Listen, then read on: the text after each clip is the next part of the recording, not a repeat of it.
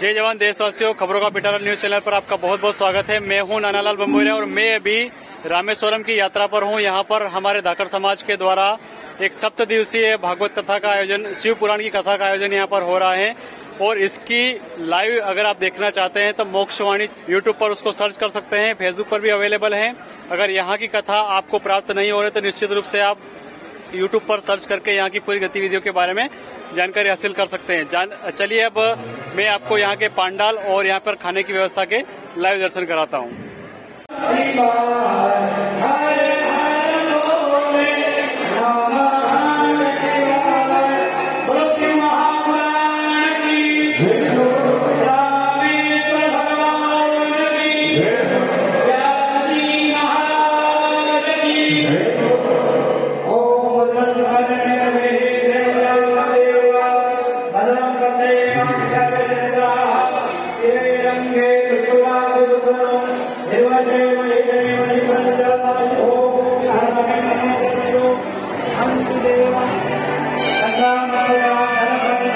देवराज ब्राह्मण ने जीवन पर्यंत अधर्म के द्वारा बहुत सा धन एकत्रित किया। कभी भी अपने धर्म में से एक फूटी कोड़ी भी धर्म में नहीं लगाई। शास्त्र कहते हैं कि हम जो कुछ भी धर्म पूर्वक कमाते हैं उसमें से एक भाग, 10वां हिस्सा धर्म के कार्यों में खर्च करना चाहिए। उससे क्या होता है कि हमारा जो धन है उसका शुद्धिकरण हो जाता है। लक्ष्मी भी 2 प्रकार की कही गई है। एक है लक्ष्मी और दूसरी कही गई है अलक्ष्मी। अलक्ष्मी इसको कहेंगे अस्पताल में लगने वाला पैसा, कोर्ट कचहरी में लगने वाला जो धन है, पुलिस थाने में लगने वाला जो धन है, इसको अलक्ष्मी कहा गया है। एक होती है महालक्ष्मी। हमारी कमाई के धन में से धन का जो भाग धर्म के लिए खर्च होता है उसे कहा गया है महालक्ष्मी।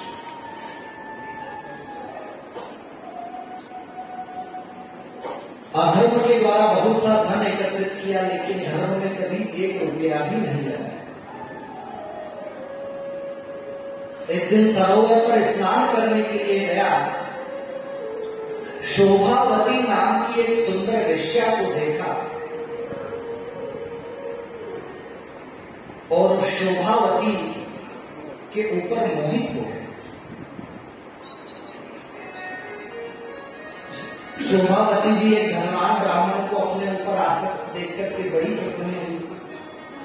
दोनों में प्रेम हो गया और अपने आप को स्त्री और पुरुष मान करके कामासक्त होकर के बहुत काल तक विहार करने लगे। ब्राह्मण उस वेश्या के साथ ही रहने लगा, उसी के साथ में खाना पीना इत्यादि करने लगा। घर वालों ने जब इसको रोका, माता पिता ने समझाया, पत्नी ने रोकने का प्रयास किया, तो इस अधर्मी देवराज ब्राह्मण ने सोते हुए माता पिता की और पत्नी की हत्या कर दी। सारा धन लेकर के कामासक्त उस शोभावती नाम की वेश्या को ले जाकर के दे दिया। उस गणिका को अपना सारा धन प्रदान कर दिया। धीरे धीरे भगवान की कथा को सुनकर के कथा में रुचि होने लगी। देखिए, यदि जीवन में कभी सत्संग ना किया हो ना तो एकदम से कथाओं में मन भी नहीं लगता। इसके लिए भी अभ्यास की आवश्यकता होती है। और आप लोग तो बड़े कथा के रसिक श्रोता हैं जो इतनी दूर से कथा का श्रवण करने के लिए यहां बैठा है। हम सभी मजबूरी में कथा सुनने लगा, बिना श्रद्धा के, बिना भक्ति के। लेकिन जब कथा सुनी ना तो धीरे धीरे धीरे धीरे कथा में रुचि होने लगी। धीरे धीरे धीरे कथा में मन लगने लगा। बड़े प्रेम से कथा का श्रवण किया। 1 माह के अनंतर इस देवराज ब्राह्मण की मृत्यु हो गई, और जब इसकी मृत्यु हो गई तो यमदूत इसके प्राणों को लेने के लिए, जब ऐसे देवराज जैसे मनुष्य को भगवान के ऊपर भगवान शंकर की कृपा हो सकती है, जिसने बिना श्रद्धा के कथा का श्रवण किया, तो हम पर क्यों नहीं होगी? निश्चित रूप से यदि हम भी मन लगा करके परमात्मा की कथा का श्रवण करेंगे तो हम पर भी परमात्मा की कृपा होगी। बोलिए श्री रामेश्वर आज तक भगवान का दर्शन किया, आज तक कभी हमारे ऊपर परमात्मा की कृपा नहीं है, तो आप विचार करिए कि ये मानव जीवन हो बिना है, इससे बड़ी परमात्मा की कृपा और कौन क्या हो सकता है?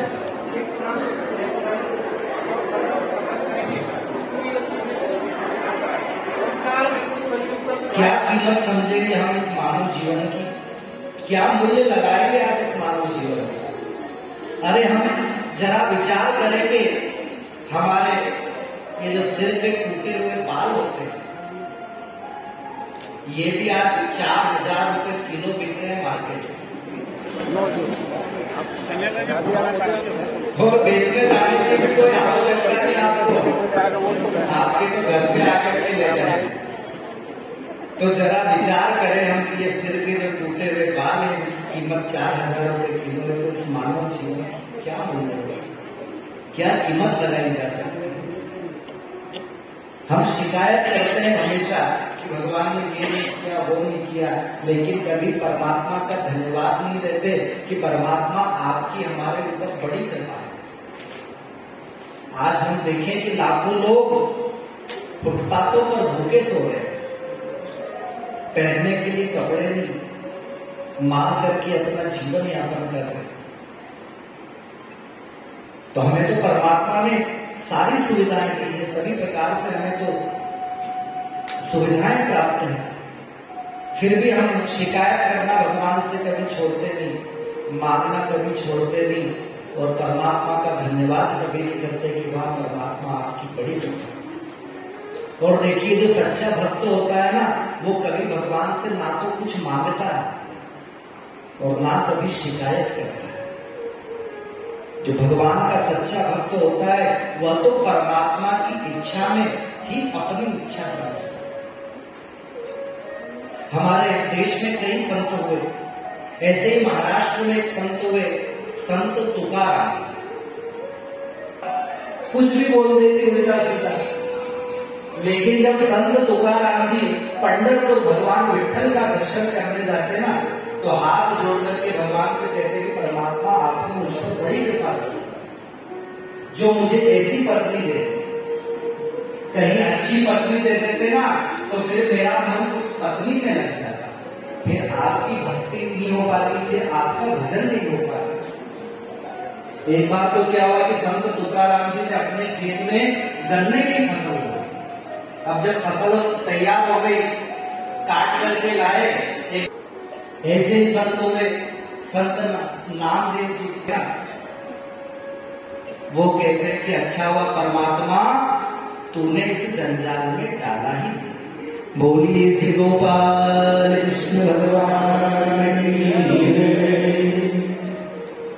तो जो भगवान का भक्त होता है वह हर स्थिति में, हर परिस्थिति में परमात्मा के प्रति अपनी कृतज्ञता निवेदित करता है, परमात्मा से कभी मांगता नहीं, परमात्मा से कभी शिकायत नहीं करता।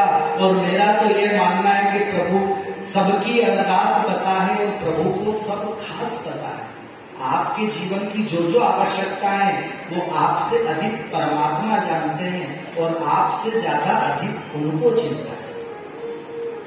और देखिए हमारे मनुष्य जीवन की आवश्यकताएं कोई बहुत बड़ी ज्यादा नहीं, छोटी सी आवश्यकताएं, और वो छोटी छोटी आवश्यकताएं परमात्मा सबकी पूरी करता है। दूसरी बात रही इच्छा की, तो इच्छा का मामला ऐसा है, देखिए कि इच्छा कभी किसी की पूर्ण नहीं होती। क्यों नहीं होती? कि एक इच्छा जैसे ही पूर्ण होगी वैसे ही दूसरी इच्छा जागृत हो जाती है। आज किसी का टूटा फूटा कोई मकान है, पुराना मकान है, उसकी इच्छा होती है कि मेरा छोटा सा नया मकान बन जाए, पक्का मकान बन जाए तो मैं सुखी हो जाऊंगा। परिश्रम करता है मनुष्य, परमात्मा की कृपा से मकान भी बन जाता है, लेकिन फिर क्या होता है, फिर जैसे एक इच्छा पूर्ण हुई तो दूसरी इच्छा जागृत हो जाती है। फिर ऐसा लगता है कि यार ये तो एक ही मंजिल बना, एक मंजिल ऊपर और बन जाती तो बढ़िया रहती। तो इच्छाएं कभी किसी की पूरी नहीं होती, सारे रास्ते बंद हो जाते हैं और आर्त होकर के पुकारता है। आर्त होकर के कैसे पुकारा जाता है? कोई मनुष्य यदि जल में डूब रहा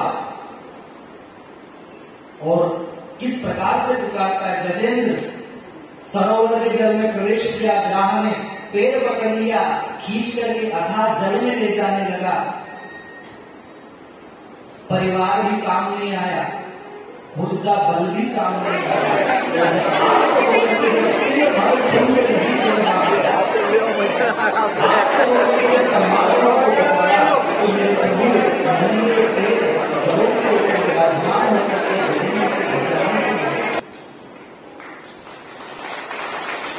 बोलिए भक्तो भगवान की जय। तो आइए हम भी परमात्मा को पुकारे, और कैसे पुकारे? तो जरा हम विचार करें कि जब देवराज जैसे नीच अधर्मी दुराचारी को शिव पुराण की कथा का श्रवण करने से मोक्ष की प्राप्ति हो सकती है, तो हम तो भगवान के लाडले भक्त हैं जिनके ऊपर परमात्मा की विशेष कृपा है। आगे हम कथा का श्रवण करेंगे कि किस प्रकार से मृत्यु के उपरांत भी यदि कोई प्रेत बन करके भी कथा का श्रवण कर ले तो उसे भी शिवलोक की प्राप्ति हो जाती है। इसी संदर्भ में हम बिंदु नामक ब्राह्मण और उसकी धर्म पत्नी चंचुला, दोनों ने दुराचार करते हुए अपने जीवन को व्यतीत किया। इनके ऊपर भी भगवान शंकर की कृपा हुई। ऐसे मंगल में इतिहास का श्रवण करेंगे। शौनक जी कहते हैं कि हे सूत जी महाराज, इस कथा को सुनकर के मेरा मन बड़ा प्रसन्न हुआ। आप मुझ पर कृपा करने के लिए भगवान शंकर के प्रति प्रेम को बढ़ाने वाली इस मोक्षदायिनी कथा को विस्तार से कहते हैं। आपके मुख से भगवान शिव की मंगलमय कथा का श्रवण करके हमारे मन को संतुष्टि नहीं होती, हमारे मन को संतोष नहीं हो रहा है। आप और भी विस्तार से कथा सुनाएं। सूत जी कहते हैं कि देखिए ऋषियों, आप वेदों और पुराणों के ज्ञाता हैं, इसलिए आपको भगवान का मंगलमय चरित्र सुनाता हूं। समुद्र के निकट वाचकल नामक एक ग्राम था और वहां वैदिक धर्म को त्याग करके महापापी जन निवास करते थे। बड़े ही दुष्ट, पर स्त्रीगामी, दुर्विषयी, धर्म को तो बिल्कुल जानते ही नहीं थे।